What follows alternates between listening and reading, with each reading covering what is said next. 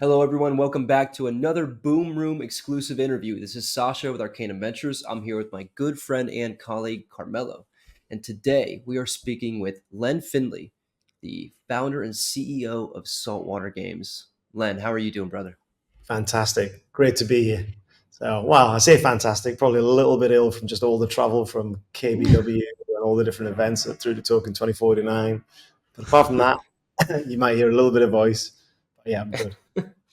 I was just speaking to a mutual friend of ours actually the other day, and I told her I think the new crypto meta is conference COVID or conference flu. I think everybody's getting sick when they're traveling around going to conferences. Big time. Big time. Does that mean that if that's the new meta, does that mean that if you've got it, then you're going to moon your token? Is that how it Yeah, works? I Yeah. think we've got to launch a meme coin, the flu meme coin now. That might be an obligation. Yeah, that comes next after the zoo animal phenomenon that's happening right now. Not the other one that we discussed in the taxi then. No, not that one. Absolutely. Well, Len, thanks so much for joining us. This is long overdue, and for our listeners that might be familiar with a lot of our content and what Arcane Adventures has been doing, we've been working with Saltwater Games for a long time now. We work with you guys on a number of projects, and we're working with you guys on one right now, actually. But Len, if you don't mind, give our listeners a bit of an intro into Saltwater Games. What is it? How did it come to be, and how did you find yourself in this journey of Saltwater Games? Oh, that's an expansive question.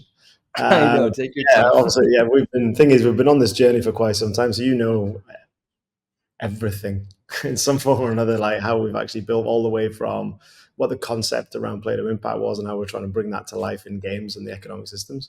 But to go further back, my background has obviously been building tech companies, and this is obviously how we started. The very first chat we ever had, as well, was what was the backgrounds. I think you were one was in Koh Phangan. I think Sasha, you were in Koh Phangan. Carmelo, you were in Vietnam at the time as well. So we did that first call. So, but my background has been building tech companies 25 plus years. I think even 2 years ago, I think I still said it was 25 plus years. So we're only ever going to go that far. But it's been a long time. So UK, Middle East, and Australia, different jurisdictions, different geographies, different types of businesses along the way as well. But one of the core ones was a systems integration style of business, which is taking lots of moving parts, putting them together to try and solve problems for customers. So sounds a bit similar to what we're trying to do from a saltwater games perspective. Take lots of moving parts, economic systems, tokens, infrastructure, digital attention platforms like games, these kind of things. So, and then how do we bring that together for good? So, but to get there, we started off with the flying race car IP, obviously with Airspeeder. So that was a company I'd invested in, seeded, brought a lot of my network to help fund some of the business, then help with even the strategy to a certain extent. So Matt and I sat on the board alongside Jack and try to figure out how do we make a flying race car series happen. Obviously, this is Matt's dream and journey. So and a phenomenal vision. So and it's not an easy thing to do. So, but that is well and truly underway. Hopefully, going to be showing some interesting video content over the Q4 and Q1 of this year and next year. So that is probably going to help bring everyone even closer to what's about to happen in that space. But we took that IP and decided that's how do we make it possible for people to become a pilot. So Saltwater Games was started off on a single source IP, which was the Airspeeder IP, to build a game experience to help transition and bring the world of Airspeeder into the hands of gamers. Almost the inspiration for this is obviously the GT Academy.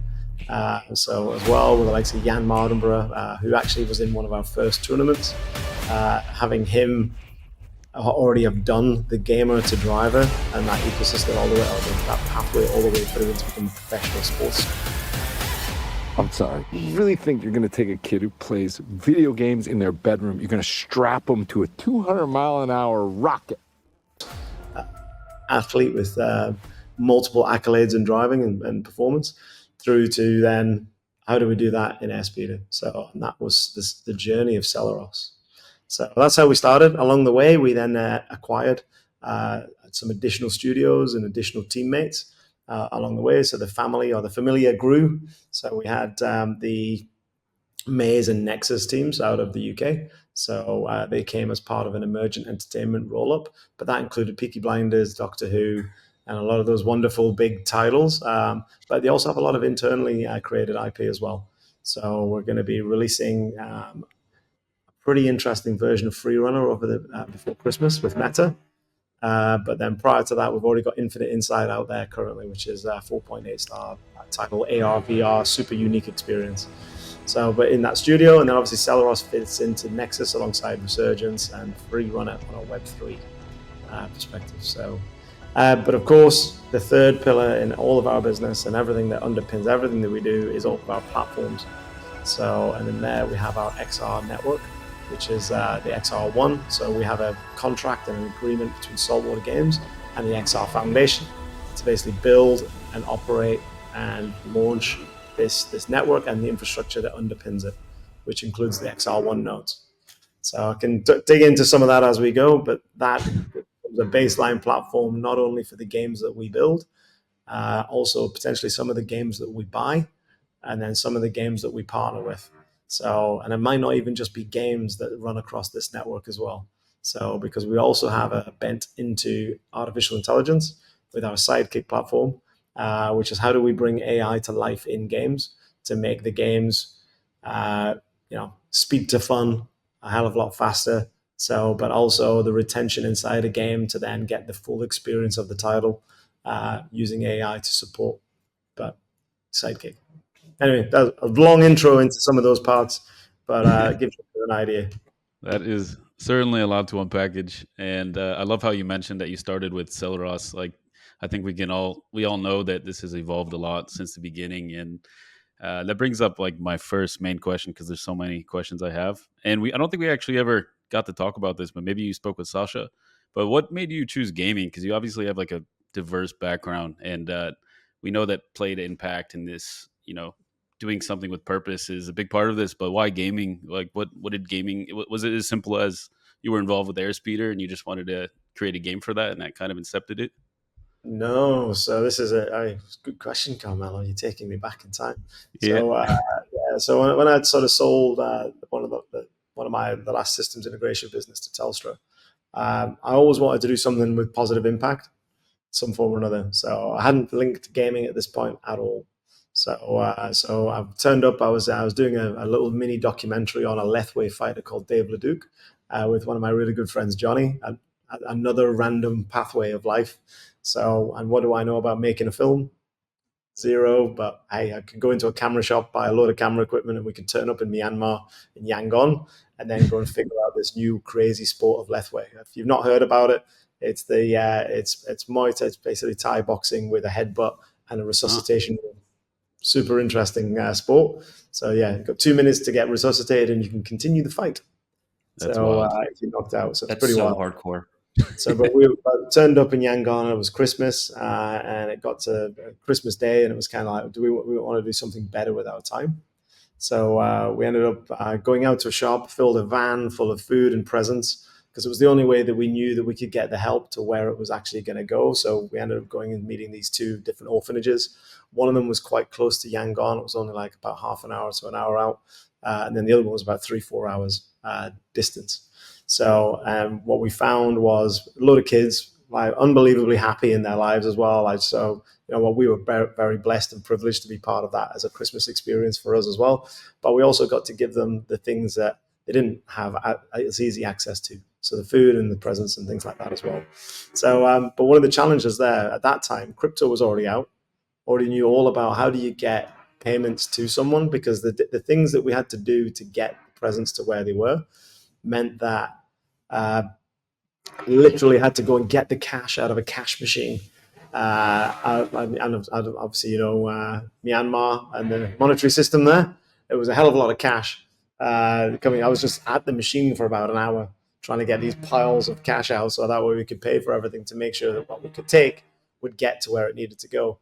There was so many different things in the middle that would have meant if it just was about giving the kids cash and giving the orphanages cash, it potentially would never have made it there in the same way. So, but I also knew the crypto was already out. So I'm just going to join some dots. I've done this a few times because this is where philanthropy for me has a challenge. One, you have to have made the money. Two, you have to know where it's needed. Three, you've got an opinion about it, but it's very personal. So, and sometimes you never know where it's needed. So, so that's one aspect. Then getting the reward to them is another challenge. So how do you know that it's going to end up in the hands of the person that you're trying to get it to? So then fast forward, Web3 gaming, 3.2 billion gamers in the world. And one of the wonderful things that Axie did was really prove the fact that you could get value directly to the communities because they were prepared to play the games.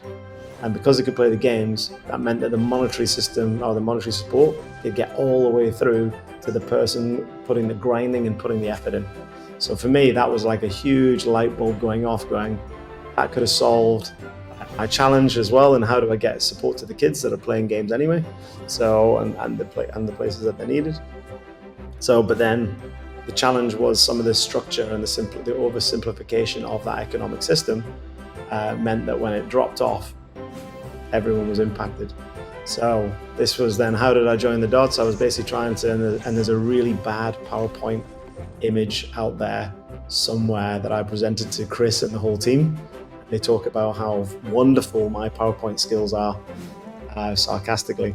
So, but there's basically like, it's trying to link gaming and positive impact together and then building it around the crypto experience and then bringing in something inspirational, which was the flying cars. So one of the things I did was I sat down with Matt, the founder, and said, look, how about we take your IP, which is about vision and inspiration and innovation, and it's an engineering challenge, and it has eVTOL, it has sustainability, it has the spirit of adventure, it has all these different things, the risk profile as well. It's got all these things that can help people dream. So, and then how do we take that and then wrap it around a play to impact game economic system? So that way, it's one, you're directly impacting the gamer. Two, you then get to link sustainability, environmental support into it. And three, you get to link social impact, which is obviously non-profit, into the economic system. So, and that's obviously how we met, was that challenge and going, how do we do it? Sasha, Carmelo. So, because it's not an easy thing to do, but this was the beginning of the whole conversation. Obviously, Dave Plishek, he was the one who connected us together. So, so that was the inspiration, was how do you get the help where it's actually needed, but also how do you bring fun to it as well at the same time? So, and how do you bake all of the impact into the economic system? I love this story, and it's the first time that you've told us this story, to be honest. But there's, it's funny because I think we met. I've told you as well. We've met through like kind of interesting means where Carmelo and I are very, very critical about all things Web3 gaming, and I think that was kind of what caught yours and Dave's attention. And there's a funny like inside story that Carmelo and I have. We never shared it with you guys, but when you guys had applied to our website for like advisory support on the economics side, we went through and we saw like the form submissions for that week. We saw Saltwater Games. And the first thought was, oh no, here we go, another game. Like, what is it? Like some sort of crypto fishing simulator? We don't really know, but when we first hopped on that call, and we immediately when we spoke with you guys, we connected on that alignment for social impact, and we realized that there's huge vision behind this company, and Saltwater Games might actually be like an inaccurate moniker for what you guys are doing.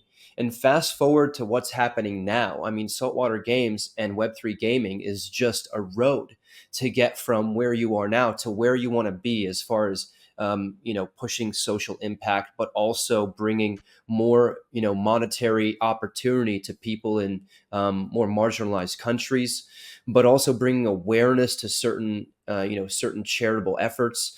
And since that first conversation, I think it's a year and a half, maybe 2 years ago, you guys have evolved into something much larger than Saltwater Games. And in fact, I think when you speak to people about it, we love introducing you to others, and we tell them, Len refers to this as a technology company. It's not a gaming company. There's so much more to it than that. So if you don't mind, maybe give us an idea of how this evolved and what it is today. Yeah, so yeah, and we are absolutely a technology company that then builds digital experiences and then tries to integrate them. So our attempts to integrate them across. So we're integrating games onto Web3. We're integrating Web3 games into Impact. We're sort of bringing in AR, VR experiences and trying to figure out how we link that to things like an AI experience. So it's very much a technology company. So that's how we think about these things. That means we have lots of opportunity and scope. The challenge with that is it's very difficult for anyone to go, what is Saltwater Games? So it's like, what is it? What is it that you do? Because thing is, the even though it sounds complex, it's actually not that complex. It's platform, and then bring it to life and integrate it into something that is fun. So it's for me, it seems pretty straightforward and simple. But then my background has been, systems integration businesses. You're always trying to basically put a Perfect. solution together with multiple moving parts for different types of customers, whether they're in broadcast, gaming, banking. Didn't seem to matter like the kinds of organizations. We always were trying to figure out an integrated stack. So because there isn't generally one silver bullet. So and I so would say that in Web3 and in this industry, there is not one silver bullet for a certain type of business model. So that just stays constant. This industry is moving and pivoting all the time. It's a revolving dance floor. So and you're trying to juggle some beers to cross it. That's another story, by the way. I have actually tripped over on a date night with that particular thing in a nightclub in Newcastle. So, but that is the challenge. So that's why if we, as a technology company, put the platforms in place, and then we can pivot and move as we need to bring these experiences to life. Whether that experience is a motorsport game, whether that experience happens to be a mobile experience or an AR VR experience, as long as it sits on top of the platforms that we build, um, then we can move forward in the right direction that we need to go to make sure that our community and our node owners and operators and people who are part of the Web3 ecosystem also get the reward of other aspects of the business. So yeah, hopefully that's helps with that one. I probably left a little bit out there, but it's we can dig into it. Yeah, I mean, just to dig into that a little bit more, because we were just in Singapore together, and I think you were there when Sasha. He always gives me flack about being a hippie, and I think you could relate to this. And it's true. When you guys applied, I think we might have overlooked you guys, but we saw that played impact, and the charitable aspect was a massive part of this. So much so that it's actually the main component, even more than tech. It's that's like the driving principle. So I wanted to ask you. It's kind of a two-parter question, but what differentiates this from this soulless corporate charity that's out there both in Web3 and without? It's sort of like an afterthought. What kind of differentiates Saltwater from those? And yeah, like how do you get investors excited about this? Because like a lot of we come from a industry where everybody wants to make as much money as possible, so trying to convince people to give a little bit or a lot of that money away to good causes is not the easiest selling, as you know. No, but what so the way that we sort of tried to work with that. By the way, we should just publish our play to impact economic structure at some point anyway, because I think the more Yes. people who do it, the better. But it's basically dual return investing. So you have to hydrate a treasury in the first place. But once it's hydrated, some of it you need to basically pay staff to build things and operate different games. Some of it needs to go back into things like rewards, back out to the people who are contributing to the network and the ecosystem and the games. But there's another part which is always a bit spare. So this is what, and if you look at Axie Infinity and you look at what Sky Mavis did there, at one point they were sat on a very, very large treasury. So now what you can do with that then is invest it in environmental sustainability projects that are profitable. By doing that, what you do is you create a balance sheet support underneath the game titles. So, and the yield from those assets, depending on the time horizon for liquidity against them, the yield from those assets helps to fund things like outflows back into gamer rewards. But because you're getting a balance sheet support and you've got some nice capital allocation there, you've got an opportunity to take a clip of that and do social impact, which is non-profit. So, but that's why the engine is really important in setting up the flywheel. It takes a long time to build the flywheel support. You have to prove little bits as you go. But once you've got that engine moving and you've got that flywheel spinning, you should be able to have a consistent, supported uh, social impact. So rather than, hey, Len, you made some good money. Which charity do you want to support? And everyone pitches me. It's like, you know what? Why don't we just democratize access to it? Let the gamers decide where the support is, but let's show them what it means to have support. But the social impact stuff, let's pick something that is as dark as possible, that no one wants to talk about, no one wants to support, and let's go and support that. So, because that's probably where the need is needed the most. So, and that's the International Justice Mission was our partner for that in Southeast Asia, as you know, when we did the very first tournament. So, and that's, you know, that's where the support is that no one wants to talk about. Everyone wants to talk about normal cancer charities and kids with leukemia, and they're all amazing charities and amazing to help those guys too. But there are some, unfortunately, there's some darker things in this world that need a little bit of support and some rescues. So, and that's what we decided to do. So, but Absolutely. we also helped all the other charities that were involved in that first tournament. So, and that was basically by hydrating a treasury with advertising and sponsorship. So that was just one part of our utility map that you guys helped to design.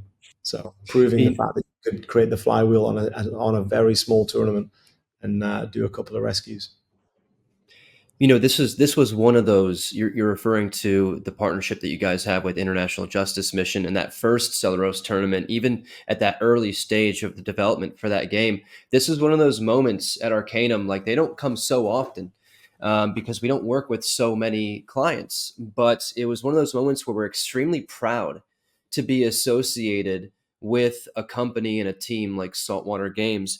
And there's, you know, funny enough, there are not many people that know about what you guys had did with that first mission. And it goes back to, again, that first conversation that we had. I know we're lingering on vision a lot, but it's such an important component of Saltwater Games and what you guys are doing. But we talked about, you know, in that first meeting, Carmelo and my involvement in charity and volunteer work, and how it's something very important in our lives. And you had mentioned this vision and how it ties to something, as an example, like the victims of child sex trafficking. And that's exactly what you guys, you know, tried to combat with this first tournament. For our listeners out there, could you just give them a bit of a more concrete idea of what unfolded there? Which, because obviously talking about the actual the crime, the fastest growing crime in the world, is probably, that's a bit dark for everyone. Maybe most people never want to know that that side of this planet Mm, exists, or that yeah, I mean, side of the just planet. the what you guys had done with the tournament. Yeah. Yeah, so basically, so what we did there was, one, we didn't pay any of the people that were in the tournament. So Bruno Senna, who's also a friend of the project and ambassador to the flying race cars in the real world, and just an absolute legend, alongside obviously Jan Mardenborough, Louis Abiagi, and a few others, and Annie from East Lizards was on there as well. I think he came fourth as well. He did a phenomenal result. We had Halix VR, one of our original fans, but we only had 9 people in there, and we had the real pilots too. And 2 of the real pilots from Airspeed are also in the same tournament. So, but what we did was we sold advertising and signage. So there's a racetrack. Racetrack is its own economic system, same as it is in the real world. If you turn up in Abu Dhabi for the F1, you'll see advertising everywhere around that track. It actually enhances the track rather than a dull track. It brings a track to life. You just saw it in Singapore with Aramco and Singapore Air, and just big banner logos everywhere. But that's a people pay to then sponsor, and that's an economic an income point for the particular track facility. So it's not just, it's, you know, it's its own economic system. So what we did was, and people can basically go and they can buy their own NFT that has a membership to the track Aerobay. And I think, well, we did it as a free drop for everyone who was basically involved in the project. But I think I don't know what they're trading at now. So, but what we did was the first tournament. So these competitors all signed up. They basically submitted their charities that they wanted to play and race for. And then at the same time, we then also raised capital from a few sponsors. So then it wasn't very much, 35,000 US. Doesn't take a lot to prove it. There's only 9 competitors in this whole thing. And then we put a whole esport wrapper on the whole thing with commentary and all sorts of things. And everyone wanted to beat Senna. There was a hashtag beat Senna that came across the competitors. And spoiler alert, he did win, just very much just. Oh So man. And every time someone got a slightly better time than him, he put more hours in his chair to do it. So it turns out the red mist of competition is live and well in these competitive races. So, but the first one, we basically did the advertising. I think Deus Ex Capital, one of our investors, was on there as well, Fourth Revolution Capital, and a few others. So, and then we took that money and then we went to International Justice Mission as our support was for them. The competitors were supporting their charities. Obviously, Sena won, so the Instituto de Sena in South America won. They helped about 4 million kids. That was one of the prize pot went there.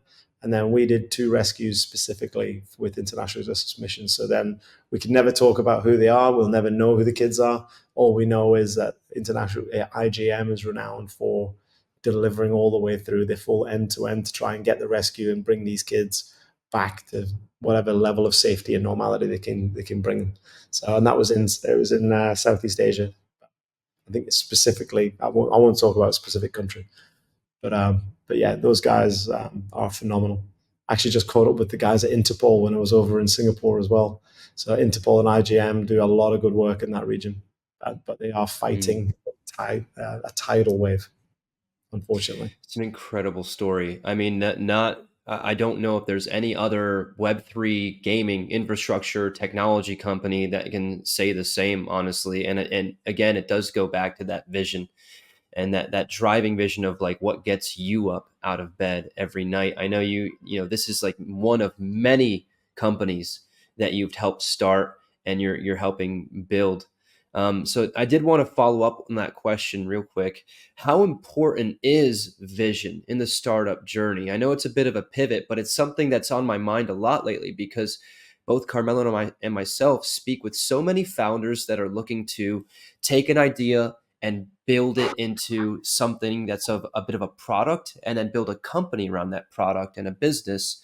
But we see, a lot of this kind of like copycat meta within Web3. There's a lot of, there's a lot of founders that are jumping on some sort of narrative. And when the going gets tough, that's when a lot of these people that aren't driven by a vision, I like to think, that's when they tend to give up, when they start to hit the speed bumps. So if you don't mind, like how important has that vision been in your life and in your journey as a founder? It's not just me as well. Like my entire team that I put together, that came together to co-found this, are all driven by impact. So they all put their own capital in. Once when they designed all this service with you guys as well, and when it was designed, they all put their own capital in because they also believed in this why. This why is not an easy why. Like the amount of people I had to meet at the beginning when I was trying to explain how we could do good and have fun and they can make money. They couldn't understand why the do good thing was even in the business plan.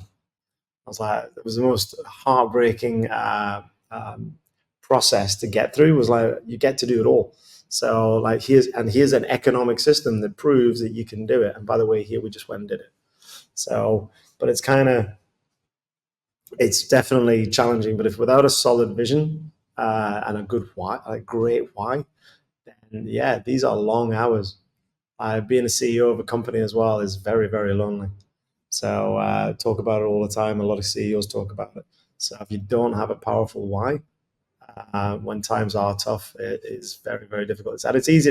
And it's not. The thing is, right? There's no giving up. Like this, yeah. So it's a case of you've got to see it through till it's time. Because you also don't want ego to get in the way of you stepping out and letting someone else take the reins as well. So it's like, but the vision should be solid in some form or another to get through those difficult times. But I don't believe that anyone is giving up. It's just people hit roadblocks, whether it's personal, business, stress, what's important to them. As long as they're not giving up because they creamed the retail market into their own wallet and then decided to walk away on a boat. Now, that definitely exists in this industry. Horrendous. And that's what's given it generally a challenging mantle to wear. So, and we saw a lot of that talking 24/9, didn't we? Yeah. So, and we just have to like hear it, listen to it, and just walk away. It's like, oh my God, that's still going on. Not when we have this amazing technology, we have amazing projects, and if we point in the right direction, we've actually got a chance of doing something long-term sustainable. But at the minute, everyone's like short-term meme coin. Let's get a hat with a dog on it, and I'm like, yeah, that's like, yeah. Anyway, I don't know whether you want to cut that bit out, but No, that keep it in, keep it in. That's depresses the staying shit. in. Depresses me. That just depresses me when I see these things happen. And I'm like, well, what are you doing with that? Like, all that's happened is like someone who basically probably, I'll use this analogy. Someone who, I think I used it in the taxi. Someone who basically spent a good few weeks growing carrots, and they pulled the carrots out of the ground. They've gone and sold the carrots, but then someone online has told them that this coin is going to go up, and they've gone, oh, I've got kids I want to send to college. I'm going to swap my hard effort for something that actually sustains life, and I'm going to buy a meme coin. It's going to then maybe go up in price if I hold it. Yeah. And then, so when that pops, turns out that the thing that they grew to sustain that thing in the first place, it was just, yeah. Anyway, I don't, that to me annoys me about this industry. Don't get me wrong, there's a place for memes, there's a place for all these things, but when we basically elevate it to a point where that becomes the thing, instead of the economic system and the complexity of putting a good economic system in place to then sustain that growth and do something better with it, annoys me.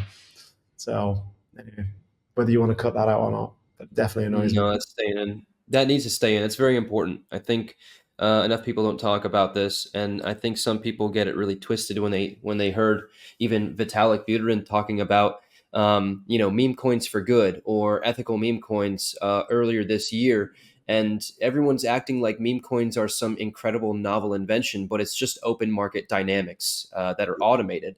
So it's nothing that's incredibly innovative in the context of Web3. It's just more raw. And so, like, I don't think we've figured out a way to do it well yet.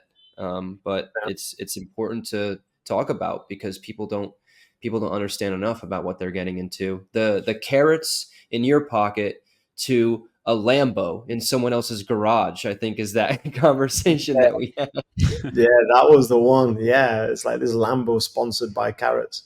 That So should be the someone's hard work and retail basically, and all that happened there was you siphoned actual heartbeats and breaths and effort from a human into something that is like it's a car.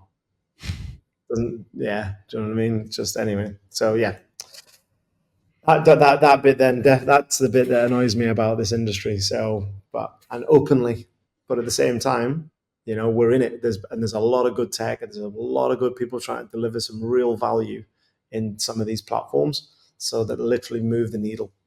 So in some form or other, positively. So, and that's when you talk about vision. Go back to that. That's the have a solid vision that at least somewhat, whatever it is that you believe in, but it needs to be absolutely solid because when it gets dark and the times are tough, you've got to have a north star to get back to. So, loads of 100%. analogies all in one Yeah, sentence.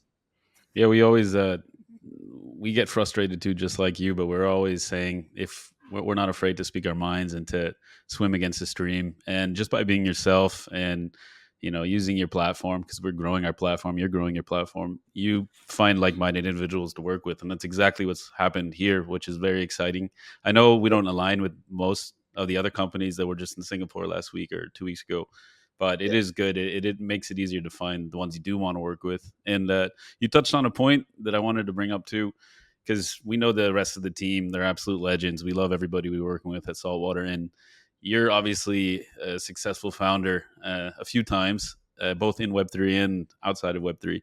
And I think a lot of potential founders or people working in the industry might be watching this. And do you have any tips for people looking for a good team or especially a co-founder? Because not many people talk about it. Everybody, okay, I can teach you how to hire a CMO or a CFO, but how do you find somebody you align with that runs the company with you? How do you know who to start a company with?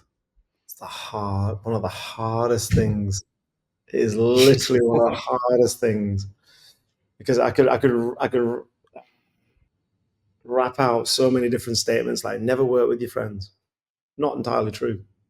So if you've got complementary skills and you know how to call each other out, and you've already gone through those levels of bullshit, where you've Yep. got thick enough skin where you can support each other through the hardest times, but you have complementary skills, great co-founder. Great co-founder. So, and I've done that in generally every other business. There's only ever been one business where I didn't have that. Mm-hmm. That That was one of my failings.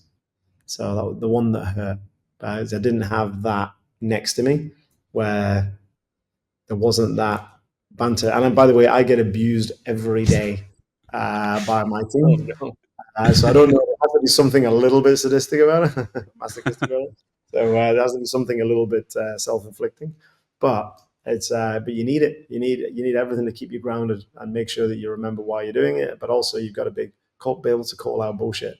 If you haven't got a co-founder that knows how to call out your bullshit, it's the wrong one. But they also need to be able to take it the other way. So you definitely need that. But it is far more fun sharing a beer at the bar when you're successful or in failure or success than doing it on your own. There is nothing lonelier than being at that bar and celebrating a win when it's just you with it. That's just not. It's not fun. So Yeah. life is better shared. And so is business. Mm. People, that's a great question, man. People ask me that all the time because Carmelo and I don't know how the stars aligned, but we grew up together, and then we ended up in this industry together, and we started this company together. And I think everything you described is the reason or the reasons that this works. Yep. We're I think Carmelo and myself, we consider each other family, and we can call each other out in the bullshit. And when there's a conflict, we can talk it out. And that communication, that level of communication, is the most important thing. But Yep. yeah, I completely get it. It's the most difficult thing, and people ask us like, how do I get my Carmelo? I'm like, dude, I don't know what to tell you. Is there What is kind there of a a battle question club is that we can go to? yeah, Carmelo.net. Got to mint an NFT. Yeah, you can have yours today of it. Oh But yeah, no, man. it's difficult. I mean, I knew Chris for like more than, I don't know, 15 years. I'd met Dave a couple of years before as well, so I got to know him through like co-investing in different things. Yep. I knew Ian Howarth through the relationship with Chris as well. So probably about 10 of those 15 years ish. And then I knew Dave Ellis through like part of my UK group, so that I've known for like 20 odd years. So I got to know everyone through different groups and personally first, and then found out the skills. So then it was a case of, you know what, I've got something interesting for us, and we're all pretty much from a impact perspective, all completely aligned. So these are just good humans that had complementary skills but at the same time conflicting. Absolutely, there's conflict there in how we want to solve things, Yeah. but perfect. That's why you need the why at the core. Why is it we're doing what we're doing? Okay, even though we got conflict, does it help this? So if I come back to the play to impact for a second, so this is the Saltwater Games journey, and the job is to, if play to impact is the core, we can pivot and move and change to make sure we're hydrating that treasury with whatever the types of experiences that are generally elevating support for humanity, not devaluing it. So because otherwise it's in conflict with impact, play to impact. So will we have a tappy tap thing where someone's just tapping a screen over and over again for like with absolutely no? Probably not, unless we're linking exactly that behavior entirely to doing rescues or something like that. I'm not saying we are, by the way, but there would have to be something unbelievably pro-human to do something so negatively human. So if that makes sense. So Yeah. Like teaching skills or sending people to educate academies, themselves and education, everything. Yeah. yeah. So you Not see, just actually, the learning very how first. to. Sorry, go on. No. I was just gonna say, like, yeah, we saw this during the Axie craze too, where there was actually some people in crypto that wanted to donate phones to people so that they could play Axies and be in their guild, and that's not a sustainable income. That we saw very quickly that just fell apart, and these people didn't learn any skills. They learned how to mindlessly play, quite frankly, a pretty boring game for hours a day. Yep, I know. That was yeah. I mean, good on them for showing us the fact that this is something that is needed, and there was a way, because there was some villages in Philippines where Yeah. Gabby from YGG would visit and see the fact that they would like take him around and go, this is how what you've done for this town, and it's amazing that has happened. I just think we could do better when it comes to what are we giving them. So it's the reason we built the academy for Celeros as well, which was Hmm. basically trying to bring people in to get it, even though it's very, very basic. It's like, this is what eVTOL and flying race car racing is about. I learned the subject a little bit, and it was the beginning of the foundation to go, well, we'll build more academy experiences. So that's why you'll see in everything that we built for Celeros, we built all the little layers, built an esports layer just to test it out. We built an academy layer. We built then racetracks. We then did a high fidelity. We did a block mesh. We've done different things to try and solidify the foundations bit at a time. So, but we'll never lose sight of that. There will be more academy. There'll be more racetracks. There'll be more tournament structures. We'll start to bring in more reward systems that are, different utility that you see in the utility map. Lots of things. So, but you just do it bit by bit. But it always comes back to the why. You, Oh, oh, you muted Sasha. Sasha. Sorry, I was on mute. This is one of the most important things I think founders miss when it comes to having that holistic vision, and you see it in the world in Web 2 industries, traditional industries. I used to work in the oil field and the chemical manufacturing industry, and they have things like mission statements and vision statements, and talking about like our goal is to bring affordable, sustainable energy to everyone worldwide. And the reason that exists is because if you're sitting in the boardroom and you have to make a difficult decision and you don't know which direction to go to, you can always point to the mission statement sitting on the wall and say, is it getting closer to that?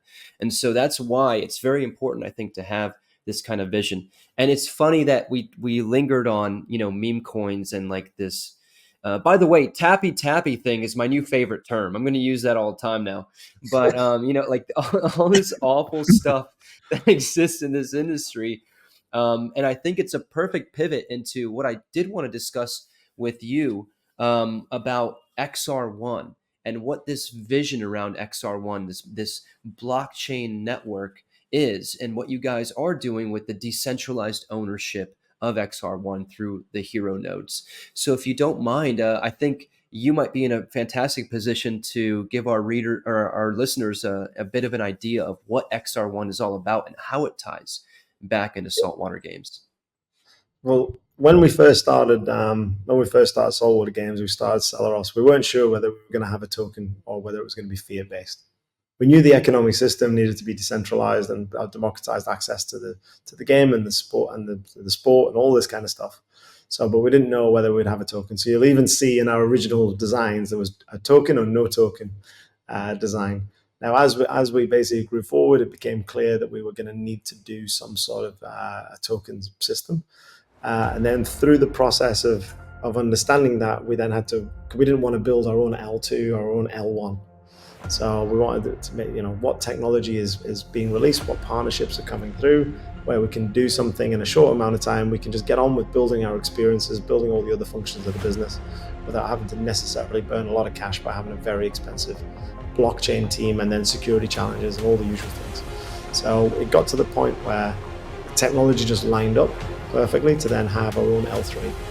So, the Caldera, the Sequence, the Layer Zero, the off-chain labs, all these teams coming together to be able to help build something on top of Arbitrum. So, and that's our orbit on Arb. But that, if we have that and we own all of that, then that's not decentralized. So we're at that phase where we're going, okay, well, what do we do now to decentralize the network? And then how are we going to add additional value on top of the network anyway? So obviously the first one is attestation. So just as much, if not more, about some of this as well, because of how you've worked with Dave and the team. So, but it is a staged, phased approach to then bringing more and more utility to the network. But before you bring in any of the complexity of those later stages, we need to get it into the hands of the gamers and the operators. So that's the first step in all this. That yes, there's some investors in there as well. There's some VCs in there too, but really the majority needs to be democratized or decentralized to the people who are going to be playing the games and running the network. So XR1 as a network will support everything that we do, whether that's games we build in house, whether that's potential games we acquire from other chains and other networks and things where we can talk a little bit about M&A, or whether it's some serious partnerships that we're currently in conversations with some bigger platforms that could utilize our node structure. So and put different software packages on top. Things like artificial intelligence. Think things like game rendering. Think things like there's a lot of functions out there that you can build. So once you're decentralized, patching and increasing utility is relatively, and it's not. I mean, Chris would kill me for saying it's a simplistic model, but it's generally easier once it's decentralized to then update those things.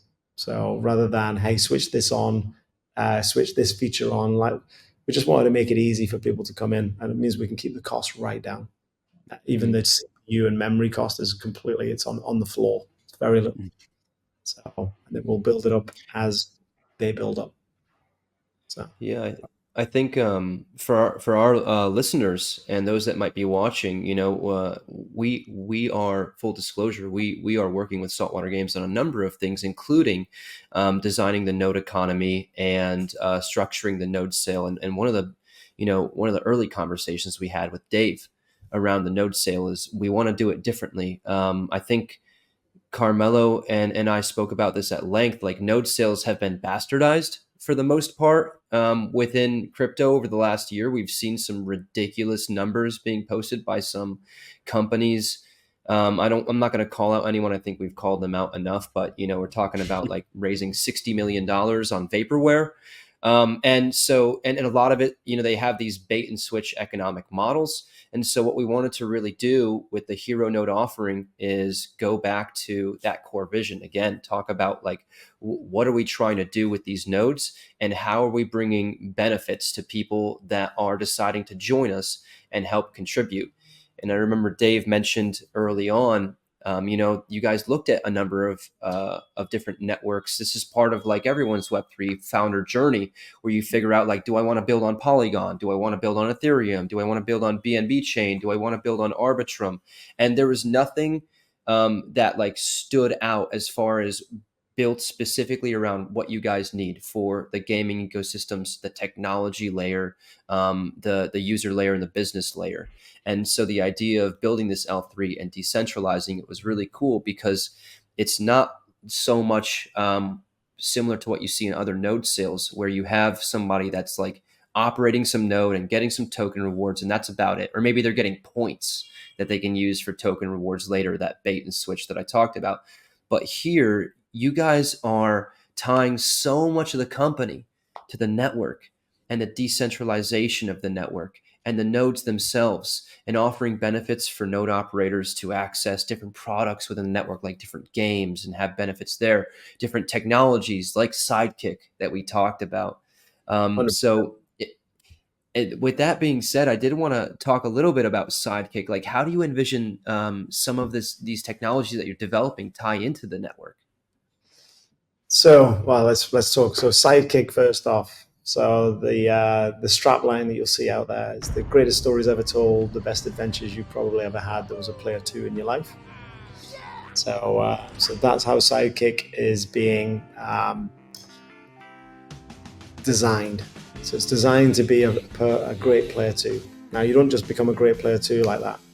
So you have to basically build all the tools to be able to train and get your player two to understand you. Almost you two are a case in point. I don't know how you met back in school, but potentially there was probably some play and some fun in there as part of early bonding to get to the point where there's layers on top. Before you get anywhere near difficult challenges, generally always starts with fun. So Sidekick is being designed to then sit outside of the games, and maybe you go through some. Maybe there might be a little bit of tippy tappy. Joking, not like that. There might be a little bit of questions and answers style simplistic gaming to help to bring you into the potential for something like a Sidekick to be able to help you and understand you, but also for you to train that like a Tamagotchi style entity. So, but then that entity needs to be able to consume characters in games, so that way it can take you through. So the way that we think about it is, if I don't know, I mean, I'm a little bit old, so Knight Rider used to have Kit. Yeah. Kit was in the car. So what about if your Sidekick could consume a character that sits inside the car, like a mechanic or a commentator? If I think about Resurgence, it's survival and crafting. R2D2 was clearly one of the best sidekicks, getting Luke out of so many different problems, even in part 4, where it was in the rubbish chute. So a raft of different things that particular sidekick has helped. Jarvis with Iron Man. But Jarvis has context of uh, Iron Man, so himself, but also the suit and the contextual awareness of the environment and can support. So that's what Sidekick is enabled to do. So one, it has to get to know you and can use different archetypes to get some sort of a level of personality matching and mirroring to a certain extent. But really, it's there to help you. So, and it's helped you make things fun. And then when it's not fun, maybe it can give you a little extra help as well. So, but how we're bringing it to life is in the games. Now, what does that mean for the network? I won't go into detail because there's like some nice complicated schematics out there already about which kind of functions of Sidekick will start to be layered on top of the nodes. So, but there are functions in there that will absolutely be started to layer on top of the nodes. Things like security identity, for instance. So how do we help make sure that the profile of your sidekick and how it understands you is secure and can't ever be, it's soul bound to you. So because it's very personal. Once something understands you to a certain extent and has some sort of a profile of how you want to work together in these games and play, it's very personal, and that's it's high value data to others, which means that for us, it should be protected back to the gamer at all costs. So, and that's the kind of thing that we'll be able to use some of this node architecture and identity piece for. So, but there's a raft of other features. Incredible. Yeah, There I think you you partially answered it before, but I wanted to also talk, like we mentioned Axis, Ronin chain, we mentioned maybe like flow chain. So there's other gaming chains that exist out there, and like we said in the beginning of the discussion, that this started out as one gaming title, quickly evolved into gaming studios, and now you're talking about a decentralized chain that's going to have in-house IP, and it's also going to have IP from maybe other gaming studios. So how did that decision sort of work its way out? And uh, maybe there's some games out there or some studios that are thinking to launch their own chain, or they're struggling with the same question, like, should I go with Ronin chain? What do they have to offer? Should I go with Scale? Should I go with Arbitrum? Is it necessary for everybody to have their own chain? Because Sasha and I, we feel a little bit hypocritical sometimes. We make fun of there being too many chains out there. But There we're are. also biased, and we see what you guys are doing, and we feel the need to defend. Like, well, some of these chains need to exist, and they're actually decentralized, and they actually have a purpose. And like, I think we could agree that this couldn't really work or exist on somebody else's ecosystem, because you wouldn't have that autonomy and control or the ability to do play to impact, like we talked about earlier. If you see, I mean, you've seen the utility map. Yeah. So there's a lot of moving parts in that utility map, and we'll install and create those API and those functions onto chain for our own titles, but at the same time for external titles. So the tooling will be very, very important over the next sort of few months and years. But some of that stuff we'll be able to acquire as well. Yep. So I think, and in the same way that you sort of noted, there's a lot of chains out there. I think there's a lot of projects. I think there's going to be consolidation throughout from probably Q2 2025, probably onwards. I think there'll be either an acceleration in consolidation, or there'll be an acceleration in challenges. So if that makes sense. So Yeah. I'll try and be fair, but I think there's definitely going to be some challenges. That this hype cycle, if there's no real depth behind it, that means there's going to be a lot of drop. So for that, we wanted to make sure that we have a platform where we can help catch and support some different ecosystems. So as well, and different games and different communities across onto here, because I think there's going to be consolidation. Now, the challenge with consolidation, and we sort of talked about this before, but there's two types. So I believe in Web 2.3. So I know that's it's not 2.5, it's not 3, it's Web 2 with a Web 3 wrapper. I think Web 3 is phenomenal as a economic system and decentralization, democratization of access to things. But we shouldn't throw away decades of economic equity-based systems and financial structures and things like that basically allow people to have both sides of the coin. Yep. So I think there's going to be consolidation around some of those things. network infrastructure should just be how do you land those things in, but then how do you grind and reward all the way through? If you're a node holder and you participate in the games and you're part of the community, should you then at that point, you're basically like an employee. So at that point, should you then have a reward system that sits on the other side of the Web 2 aspect of the business? Same as most investors.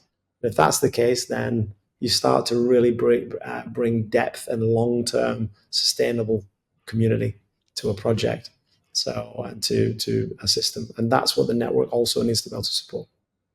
So, but Yeah. yes, I do feel that there's a lot of chains, there's a lot of coins. Yeah. Now there's a hell of a lot of meme coins, but we won't go back there. I know tools that now, what is this, like 1,000 a month or whatever, being new creations, or maybe that's that.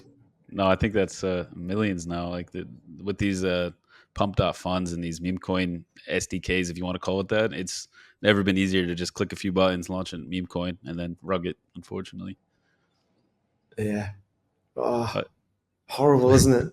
yeah. Yeah, But Horrible. it's just awful. one little part too to that question too. Like, what is the most compelling argument or appeal you can make to either Web3 games that already have their own token, or maybe they're sort of Web3, like you said, they're not fully Web3, or games that are, I think you're working with some IP that's really decades old, and you want to bring more of those on, not into Web or Web 2.3 as you say, but also on to your ecosystem, into the XR1 ecosystem. So what's the most compelling case you can make to Uh, sort of any appeal any to them?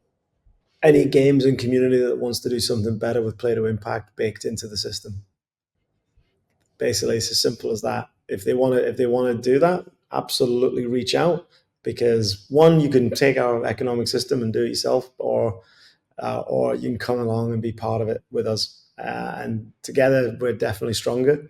So I do believe that, and I think that when you can consolidate like-minded communities together, it only ever grows. So it only ever gets stronger and stronger as long as they're aligned. But again, come back to our why. It's underneath everything.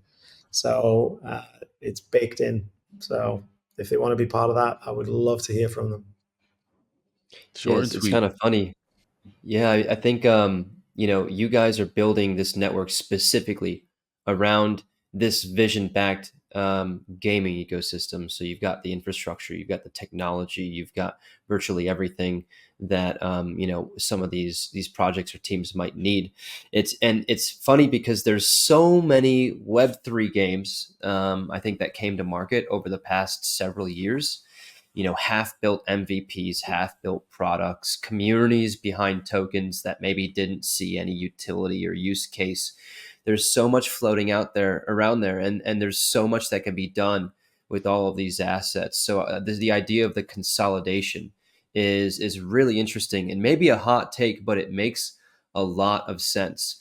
And the idea of bringing all of that onto one network where you can have like autonomy, you can have governance, you can have all of the benefits that come from like a bespoke Web3 gaming network makes so much sense. But going back to the idea of your founder's journey and the vision and what's happened in Web3 gaming since 2020 or 2021, I think Axie Infinity. You mentioned a number of times that Saltwater Games is a profitable business, and we've seen this in your investor updates. There's a lot happening across different studios. You guys launched Infinite Inside, which is an amazing AR/VR title recently, with some fantastic metrics behind it, I think, in the Apple App Store. But if you had some advice to individuals or founders that want to break into Web3 gaming, coming from someone that's done it, coming from someone that's heading a profitable gaming studio, what would that advice be? If you were coming in, Don't. if you're into gaming, if you love gaming, and you can build amazing gaming experiences, just come and have a chat with us about how you put it on our network. Because take out all the crap that you have to do to then build this network architecture in the first place, run it, operate it, decentralize it, bring the community in, build great experiences. So, and you can be on Ton, you can be on any other network as well. There's plenty of networks out there. But if you want something with play to impact, come on this one. I don't think you need. I don't think we need another coin and another network. So, but at the same time, You know, everyone has unique cases. So, and if they do have a unique case, maybe they justify what we've essentially had to do over the last 2.5, 3 years with designing this entire economic system. That's why I'm happy to share it, because people need to go, well, actually, that's a lot to solve. Create sustainable dual return investing structures, economic and environmental investing strategies in underneath the treasury function to create stability at the balance sheet level. It's not an easy thing to do. So, and you have to pivot and change and move all the time.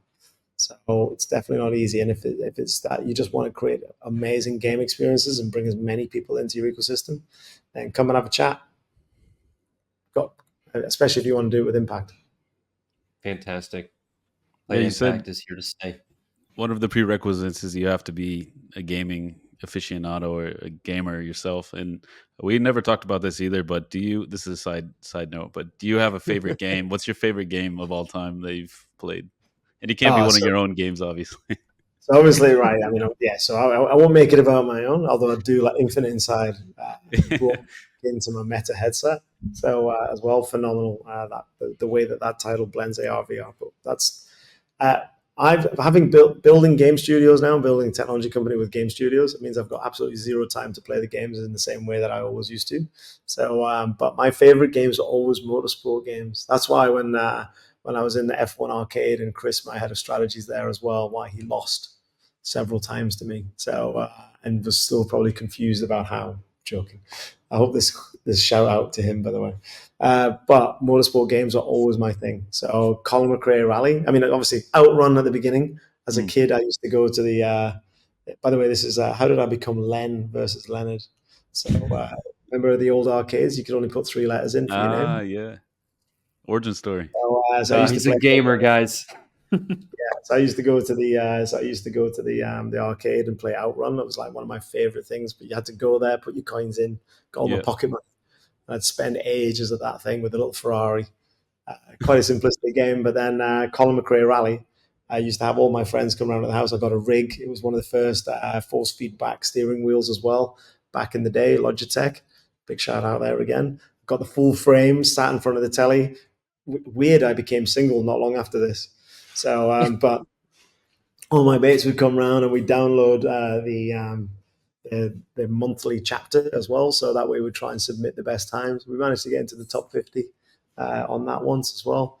That was I loved that game. I still love that game. I think that game and the rally racing ones are just epic. I know it's a niche, but it's the It's my closest favorite. thing to the real world. Like you can literally take a car out in the desert here, and I can go do that. So I get to practice in a game and then go do it. So and that was what it was for us when I was young. We had Kiel de Forest, which was where one of the stages for the World Rally Championship used to be. And when they left the track, they left some of the cones and the markings. So me and my brother and his friend would go and take the little golf that we had, and we did end up upside down once in a ditch. We had to get a farmer to come and get us out, but we'd go and like literally rally that course through the forests. It's phenomenal, so much fun. Yeah, It's the best story we've heard on the Boom Room, man. I I like that. I was love. hanging. I I had this little central strap of a seatbelt in the back of the Golf. It was like an old Golf Mark II. I had like a central strap and be like hanging upside down in the middle of it. Oh So my yeah, goodness. I grew up fun. playing Gran Turismo. I love racing games as well. I remember like the endurance races and just race around one circuit like 150 laps for like 5 hours, and my parents are just looking at me like, what the hell is my son doing? What has happened? But yeah, like I love the custom level of customization. And the funny thing is, around the economic system and a lot of like the product focused utilities, it took a lot of inspiration from some of these like legacy titles, these Yeah, juggernauts. So that was super cool. big time. So Yeah. there you I go. think we gotta wrap it up. But Len, I wanna thank you so much for taking the time to come speak with us. It's been, like I said, long overdue. Carmelo and I have been very, very excited to finally have you on the Boom Room. I'm sure we're going to have you back on again. But before we go, I do want to ask you, give us some updates. Let our listeners know what's happening with Saltwater Games, some of the big announcements. Where can they find you guys, and what's coming up in the future? So obviously, jump into Telegram, jump into Discord. If you can, register into our questing platform in our DApp. Because if you are there, then you're going to see everything happening. So that's your shortcut through to everything. But Discord, obviously, from a communication perspective. But yeah, they're all three, and Twitter as well is all on there. I think we're 250,000 or more on Twitter at the minute. So, but we have more than 200,000 now wallets that are testing in our testnet as well, which means we've got a lot of people, more than 30 odd million transactions in there doing gameplay and questing and all sorts of things. But the nodes are like throughout the whole month of October, pretty much. We're doing a load of Launchpad releases. But at the end of the month, we're going to be doing gaming guilds, so fractionalized. So if you can't afford the full node, and there is an economic reason why the nodes are priced the way they are as well, but if you can't, then fractionalize through the gaming guilds is going to be the way to go. So as well, so we're basically trying to make it as accessible as possible for everyone to have the potential to partake and have membership or ownership across this network. But yeah, the nodes are in flight. So pretty much from now through till the end of October, beginning of November. So TGE will be not long after. But we've got to decentralize the network first before we do TGE. It's obvious. But Yeah, absolutely. sometimes I have to say that. We've got one last segment we're going to wrap up with, but before I hand it over to my good friend Carmelo for that last segment, I do want to remind our listeners and our viewers, if you guys like this content, make sure you tap that like button. Stick around, give us a subscribe. We've got more fun Boom Room interviews coming. If you're interested in learning more about Saltwater Games, check out the links in the show notes. We'll put everything there that Len's talking about, including maybe some links to some of the information around the hero nodes and how you guys can get involved in the decentralization of the XR1 network. And without much further ado, Carmelo, you want to take it away for this last one? Yeah. So we end the interview, discussion, whatever you want to call it, the same way every time. And this is sort of similar to the question I just asked you, but not including or counting Saltwater, anything Saltwater affiliated. What are you most bullish or excited about for the next, several 12 months? It can be a person, it can be a token, it could be a company, it could be a chain, doesn't matter. Oh, I mean, for obvious reasons, and the reason I seeded Airspeeder was the fact that I wanted to make sure that Formula One for the Skies existed. So, and that's what if I look at the next 12 months ahead, there's a big chunk of that coming to life, happening over the next few months. So that would be the biggest thing I'm excited about on that front. Yeah, that one, just flying race cars. It's not tappy things. So I mean, the thing is, there's so many cool things going on in the minute. I don't know if you've seen. There's like where you can now generate in a dish now brain material now that can then remote control technology. There's so many cool things starting to come through. AI worries me in some aspects, but at the same time, I'm excited to see the good that it can do. I'm not so much focused on the bad because there's plenty of that. So, but like, what is the good that can come out of having these large language models and these unbelievable AI platforms? That's why companies like Singularity and the SNet guys, what some of the AI for good stuff they're working on is it's phenomenal. So I really like those guys. A lot of time for them. It's a very solid answer. And absolutely. Please, we need to know whenever there's going to be airspeeder events. We definitely want to show up for that. I want to see these in action in person. Yeah. Also, I believe Q1 there's going to be one at a place called The Bend in Adelaide. We might have to cut that bit out. That's some alpha for you guys interested in flying cars.